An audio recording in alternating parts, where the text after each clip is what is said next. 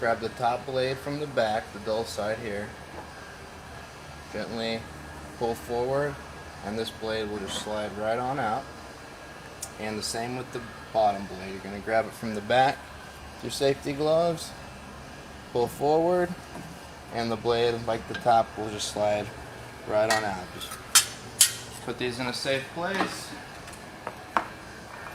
And from there, you're going to reach around to the rosette blade. It's easy to use your right hand. Use your fingers to grab it from the bottom there. There's a pin that you can pull out, and then that rosette blade will just lift on out. And again, put that in a safe place.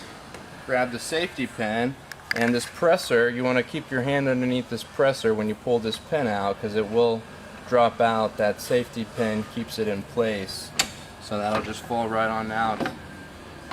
And again, I recommend putting the pen back into the presser so you don't lose it or misplace it. And from that point, the pineapple cup, it's got lift up on it and slide out.